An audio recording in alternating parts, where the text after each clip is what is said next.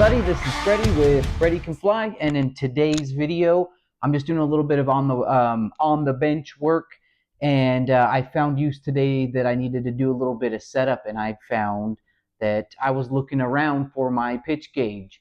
I typically use the RC Logger digital pitch gauge.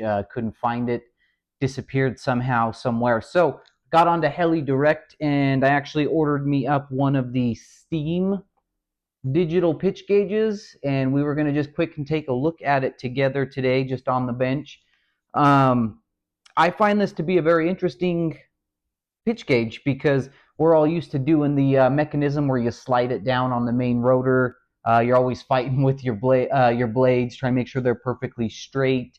And are you at the center? Are you taking your readings from the tips, so forth and so on?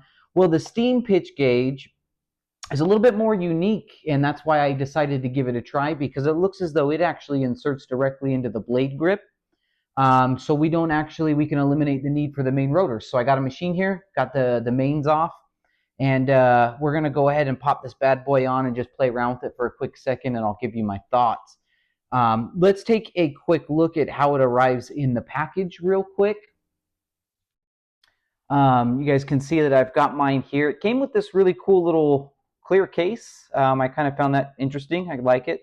A really cool foam cutout or something. I mean, I wouldn't complain over, but let's go ahead and see if I can pop this open. The contents all look really good.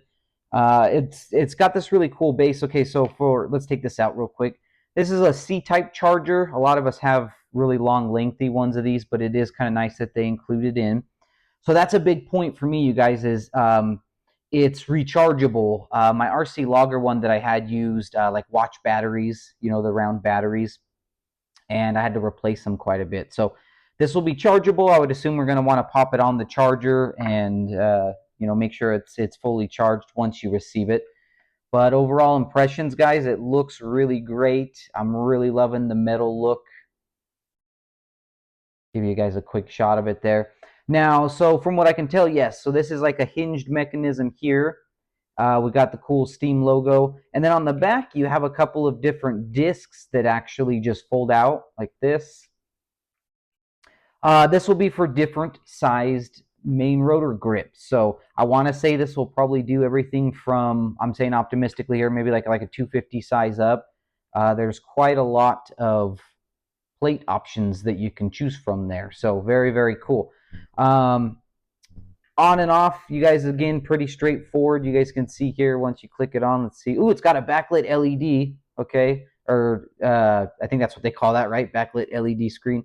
So that's super neat. Right now, it's not sensing anything. So your ABS button here should be what we use to 0. And there we go. So now it's working. So let's do this, guys. I'm going to go ahead and install this on one of the grips on my machine. Let's take some readouts, and let's see how accurate this bad boy is. Alrighty, you guys. So the first thing we're going to want to do in using this pitch gauge is we'll go ahead, let's power it up, and we'll take a look at the very first step, which we're going to want to do is we're going to want to make sure that we zero this out with a level surface. So let's take a look over at the Heli model here. What I'm going to do, guys, is you'll notice on here that the little bottom attachment, you've got your little foldable things on one side, but then it's nice and flat on the other. So I'm going to go ahead and actually just collapse mine down. So now I have a nice flat base, if you will, to set this on. Now I'm using an electric machine. So what I'm going to do is I'm going to use the top surface of my motor, and hopefully you guys can see that in camera there. I'm going to use the top surface of my motor to go ahead and zero out this digital pitch gauge. That's going to be the flattest, probably most robust, reliable spot on the machine. I've seen people do it up here off of the head block. This is one of those kind of areas of gray where it's like, is there a right way? Is there a wrong way? In my personal opinion, pro tip, if you will, I would do it off the top of the motor, or if you've got a spot somewhere on the heli frames that you know are perfectly level from assembly. But anyways, let's go off the top of the motor. Now, if you set your steam gauge on the motor and you notice that it's got a negative or a positive value, what I'm going to recommend you guys do, and you want to try to get this as accurately as possible, so it takes kind of, really gentle fingers. But I put just a small amount of pressure onto the little flat surface, the CNC metal part. And then what I'll do is, with my remaining hand holding a little bit of pressure just so that it doesn't move, I'll go ahead and hit the ABS button, and I'll wait, and then I'll let off pressure, and boom, we're reading a nice flat 0 readout. Now, hopefully the LED on there, the LED screen will capture that for you. Now, sometimes it'll fluctuate. You'll get a little 0.1 positive or negative here or there. I mean, these things aren't made for rocket ship quality, projects, so to speak. So if you get just a teeny bit, don't stress about it. I'm looking at mine. It's got about a 0.3 right here. It's got about a 0.1. So take in mind that you guys can do that, okay? Let's see, what was it reading out up here? I'm going to try one more quick time, just real fast. I'm going to hold it nice and flat. And boom.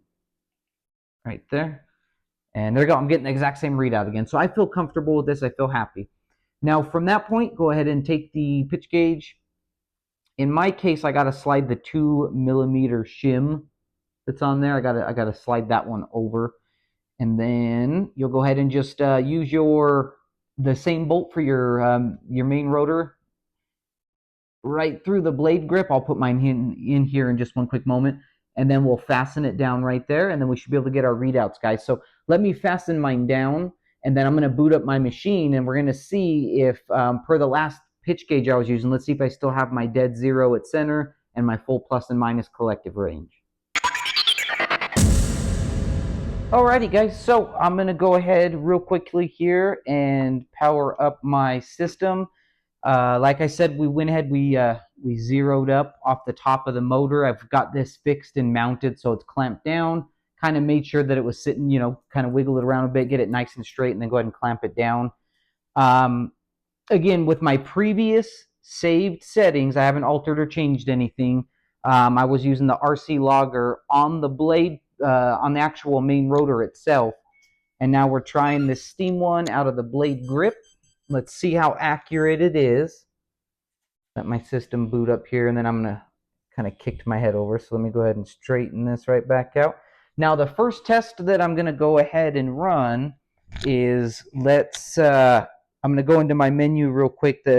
Again, whatever system it is that you guys are using out there, go into whichever setting you need. Most fly-barless systems have them where it'll automatically center out all your servos for you.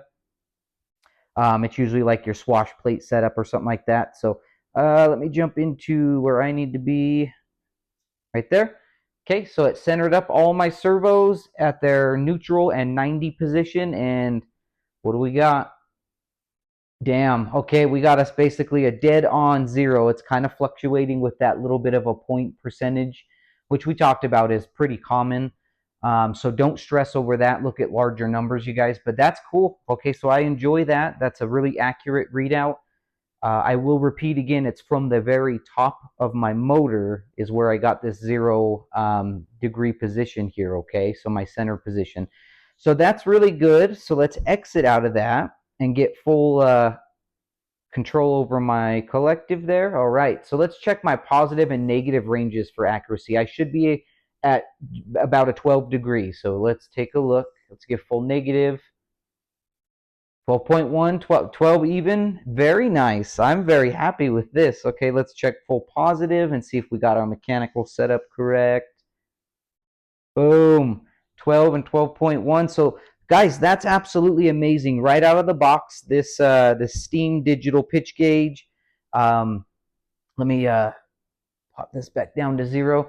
The Steam digital pitch gauge, very easy to use, very user-friendly, guys. This actually saved me a lot of time because I don't typically put my main rotors on until I'm off the bench anyways.